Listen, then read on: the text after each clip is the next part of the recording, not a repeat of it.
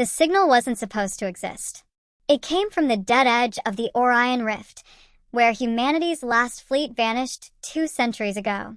And yet, there it was, a human transmission, steady and strong, carrying a voice that spoke with defiance instead of decay.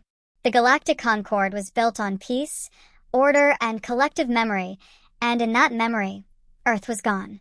Humanity had burned itself out during the Siege of Sol, when 10,000 alien warforms converged to strip the cradle of mankind bare.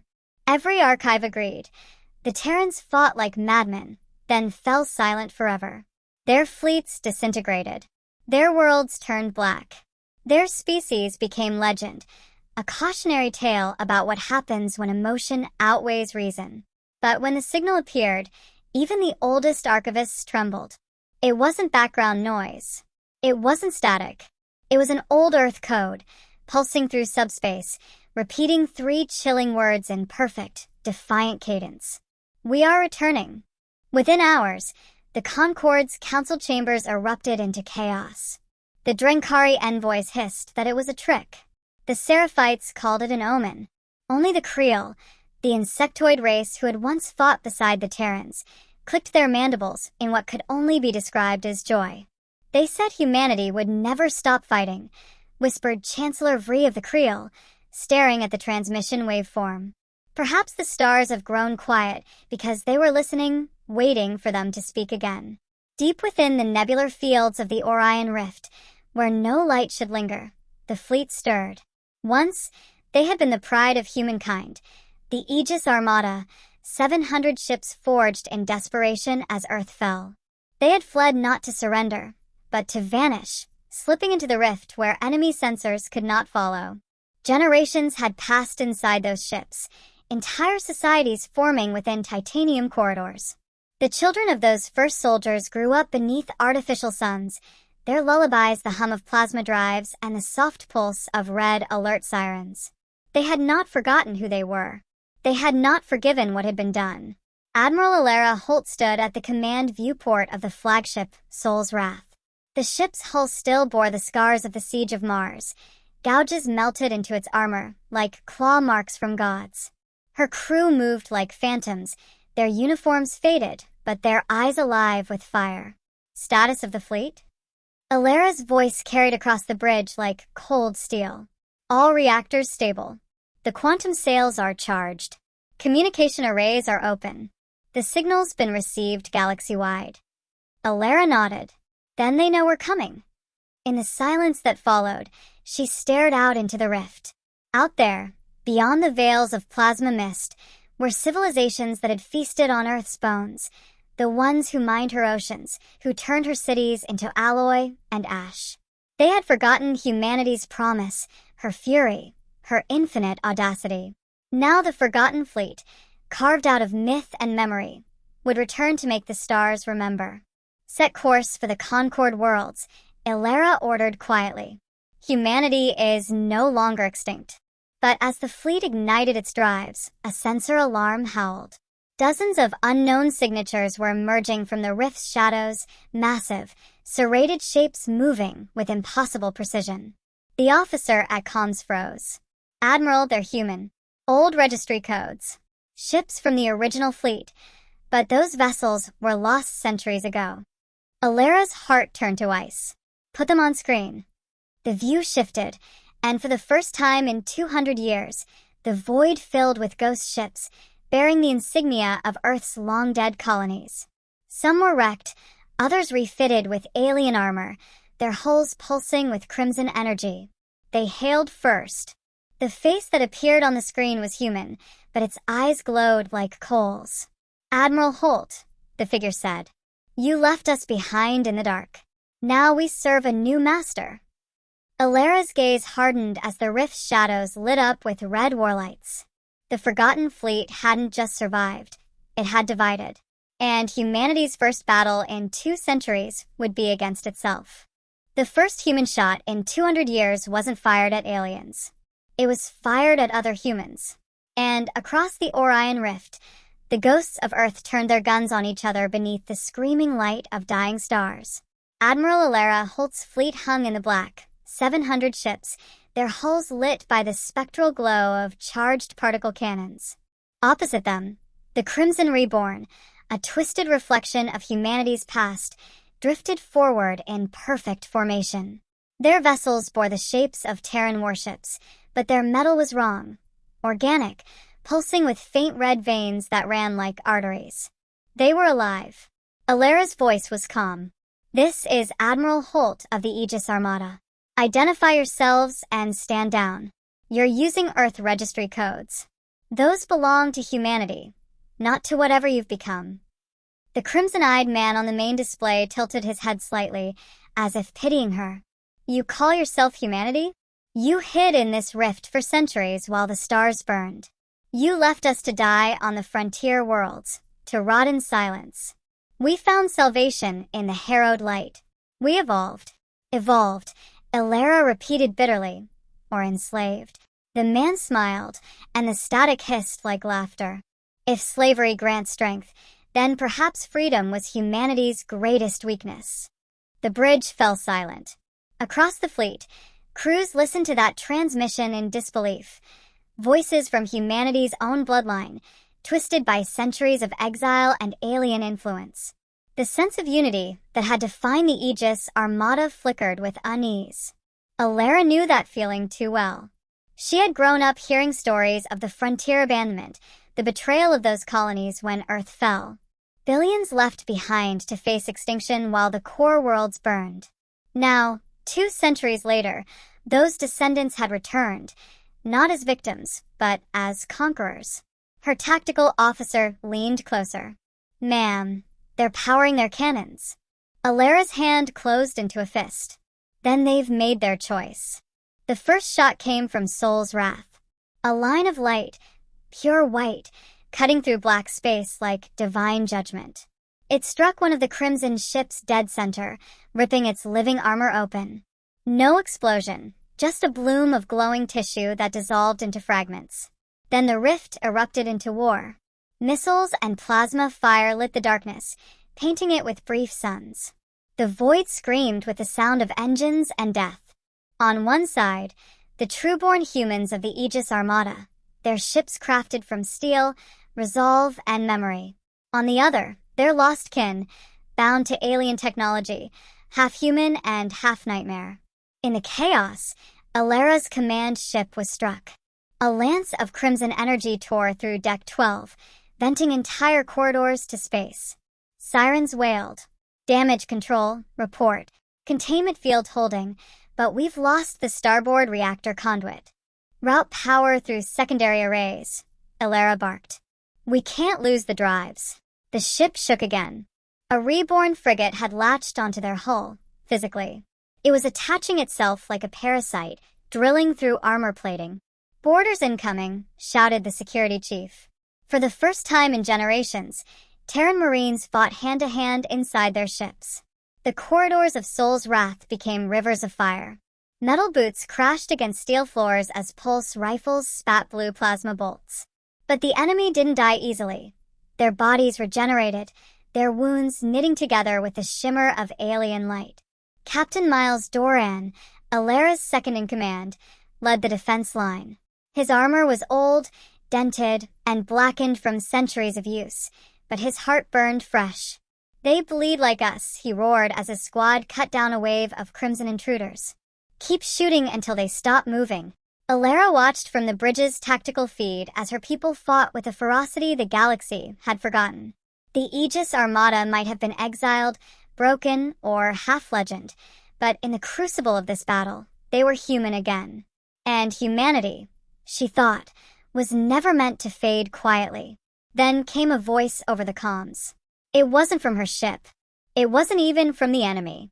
It was older, deeper, resonating through every communication band in the rift. "Cease fire, Terrans," it said. "You both have forgotten your purpose." For a moment, everything stopped. The firing slowed. The explosions faded into silence. Even the enemy ships seemed to pause, as though obeying an ancient instinct. The voice continued. "We are the first sentients. We remember your kind. You once brought the galaxy to its knees, not through conquest, but through defiance. And now you destroy yourselves while your true enemy stirs again. Alara exchanged a look with her crew, half disbelief, half dread. Identify the source of that transmission. Unknown, Admiral, said the comms officer. But it's human in origin. A new signal flared in the dark. A single ship emerged from the rift's far edge, impossibly massive, its design predating both fleets. It bore the flag of old Earth's unified command. A name shimmered across its hull, half erased by time and debris. UES Archangel. As its shadow fell across the battlefield, every human ship, both loyal and corrupted, received the same message. Humanity's war is not over. It never was. And for the first time in centuries, even the aliens watching from the galactic fringes felt it. It moved like a ghost through the rift, vast enough to eclipse moons. Every sensor that touched it failed. Every ship that neared it trembled. For 2 centuries, the Archangel had slept. Now, it was remembering what it was built to do. The UES Archangel was not just a ship. It was a relic of the last war, the culmination of humanity's pre-collapse ingenuity. Half machine, half living ecosystem. Constructed in orbit above Europa, it had been meant as the final contingency plan, a seed vault, a war fortress, a digital library of humanity's entire legacy. But before it could launch, Earth fell, and its existence faded into myth. Now, impossibly, it stood before them. Alara Holt's bridge was silent as they watched its silhouette emerge from the rift fog. The Archangel's hull stretched for kilometers, its structure shifting with the rhythm of something alive, nanosteel skin breathing faint pulses of blue. Along its sides, dormant cannons began to glow like awakening suns. "Admiral," whispered Miles Doran. "That ship's reactor readings, they're beyond anything I've ever seen. It's not using plasma. It's fold energy. Self-sustaining." Alara's throat went dry. Fold energy was theoretical, the kind of power humanity was never meant to control again. And yet, the ship was here, using it like a heartbeat. A transmission came through unbidden. A voice, calm, deep, unmistakably human, filled the command deck. "Admiral Alara Holt. Captain Miles Doran. Children of the Armada. You are descendants of those I was built to protect. This is the Archangel. I am your ancestor." The bridge went still. The voice continued, every word vibrating through the hull. "I carry the memories of the last human command council. Their minds were imprinted into my core when Earth fell. For 2 centuries I have watched, waiting for the signal that humanity would rise again. You sent that signal." Alara leaned forward, whispering, "Then you knew we'd survive." "No," said the Archangel. "I hoped you would. And now I see you did. But not all of you survived unbroken." The view screen shifted, showing the Crimson Reborn fleet holding formation at a distance, their glowing eyes fixed on the new arrival. "They were left behind," the Archangel said softly. "They found something in the darkness, a symbiosis with the Herald Light, a weapon older than this galaxy. It is not their fault they were changed. But if it spreads, everything human will end." Alara closed her eyes. "Everything human will end." The words struck deeper than fear. Because that was what she'd sworn to protect, not ships, not planets, but the idea of humanity itself. The will to fight for something beyond survival. She turned to her crew. "Open channel to the Reborn fleet." Static filled the air before resolving into the crimson-eyed commander again. "Admiral Holt," he said, "I see you found your ghost. Will you let it fight your battles for you?" Alara's voice was iron. "You were left behind, but not forgotten. You've let your pain turn into poison. The Archangel can help us. It remembers who we were before the war." "Before the war?" he sneered. "There is no before. There is only now, only strength. You speak of memory, Admiral, but memory is a chain." He gestured off-screen, and a pulse of red light flashed from his fleet. The energy readings spiked. "They're powering their core," said Doran. "They're going to fire." Before Alara could respond, the Archangel acted. No weapon ports opened, no missiles launched. Instead, The stars themselves seemed to bend. A wave of light spread outward like a tidal pulse, brushing across every ship in range. The crimson vessels faltered. Their organic armor twitched, shrieked. The living tissue of the herald light recoiled. "I know what binds them," the Archangel said, its voice resonating through every frequency. "That symbiote feeds on despair. On isolation. Let me show them what they have forgotten." And then, the impossible happened. Every human aboard every ship, both sides saw it. Earth. Blue and alive, suspended in memory. Cities unburned, oceans unbroken. Children laughing under the light of a sun that no longer existed. The simulation was perfect, not as history, but as hope. For a fleeting moment, the reborn ships stopped firing. Inside them, their human crews, warped, twisted, but still human, saw home again. Some wept. Others screamed. The herald light within them shuddered, unsure how to feed on such emotion. Elara's breath caught. "You're showing them mercy." "Mercy," the Archangel replied, "is humanity's oldest weapon." But the moment couldn't last. The reborn flagship suddenly unleashed a blast of crimson energy that tore through the illusion. "Enough!" the Crimson Commander roared. "Your ghosts will not save you!" The Archangel's shields flared, absorbing the blow. "Then I will save you from yourself," it whispered. The Archangel's main array shifted, and for the first time since the fall of Earth, it roared. The blast that followed was not light, nor plasma, nor heat, but pure kinetic force, folding space into a spear of gravity.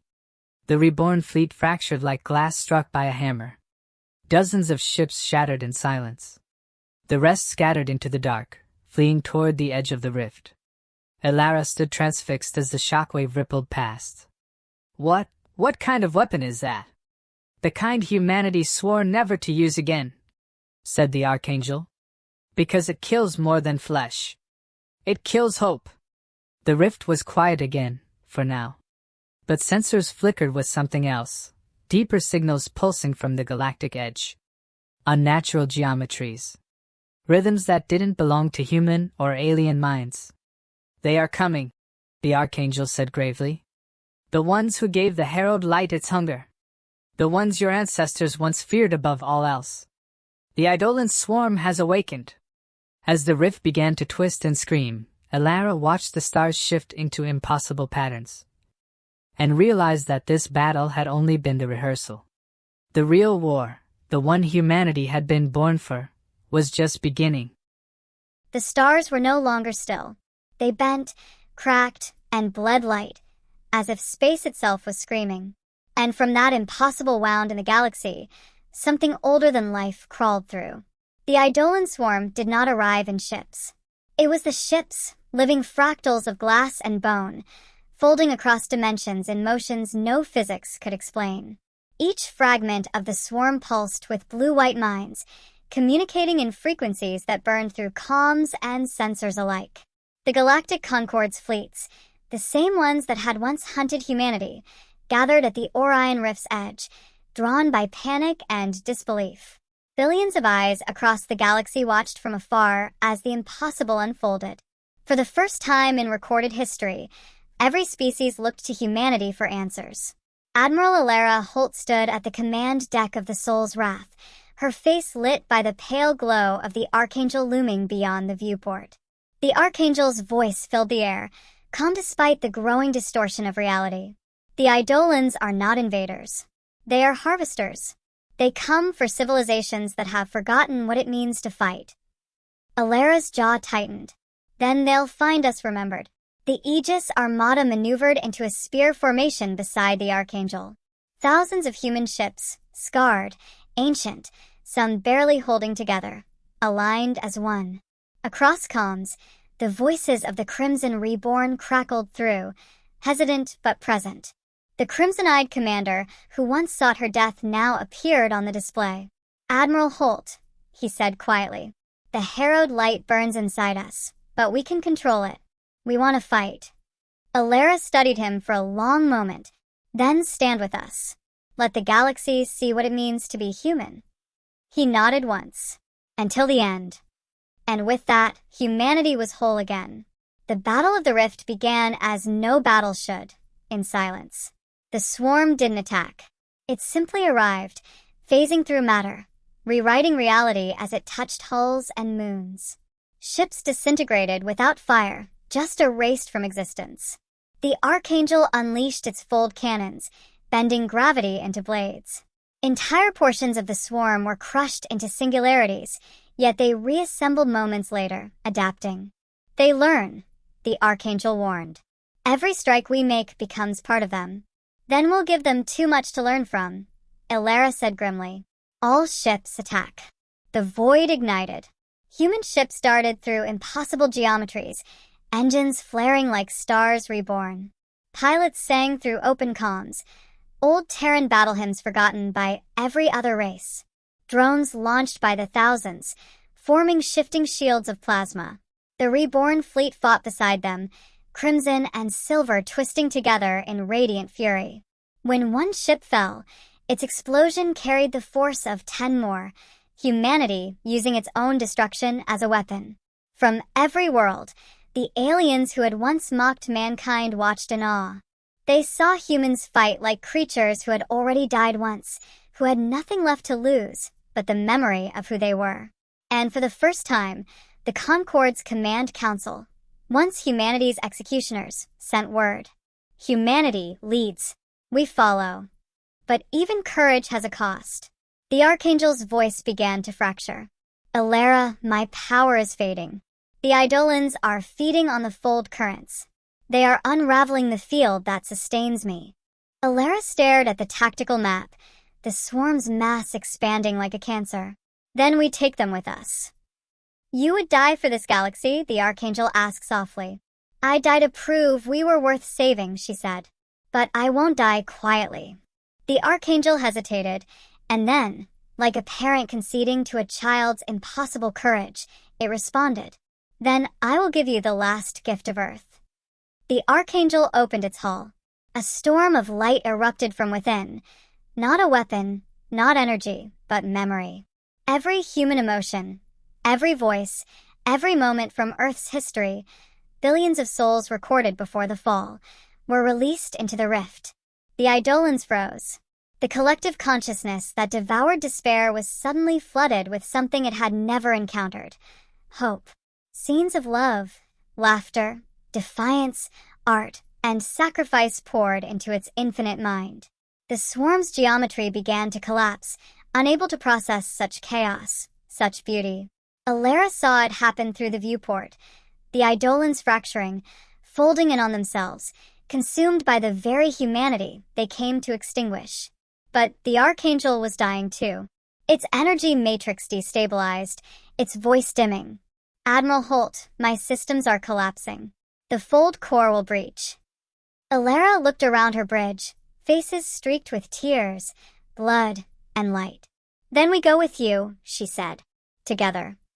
No, the Archangel said gently. You carry us forward. Humanity must live to be remembered. A pulse of blue light enveloped the soul's wrath, propelling it, and the surviving fleet, out of the rift. Behind them, the Archangel glowed brighter than a sun. From across the galaxy, every being saw it. A human ship, one ship, igniting into a beacon that split the dark. The Eidolan swarm collapsed inward, consumed by light and memory, until the rift itself sealed shut. Silence. Then dawn. Illyra's fleet drifted beyond the rift, engines cold, hulls scarred but alive. The surviving reborn ships floated beside them, their crimson glow fading into human warmth once more. Miles Doran broke the silence. Is it over? Illyra looked at the rift, now a faint shimmer of blue in the distance. No, she said softly. It's begun. She turned to the galaxy spread before her, countless civilizations that had once seen humanity as a warning, not a hope. Transmit to all channels, she said. To every race, every empire, every world that feared us. Her voice carried across the stars, clear and unyielding. Humanity is not your enemy. Humanity is your reminder. We die, we burn, we fall, but we return. Always, Far beyond the rim, where even the Eidolons had never reached, a dormant star flickered to life, and something vast stirred beneath its surface, whispering in the dark. So they survived. The war was over. But humanity's legend had only just begun.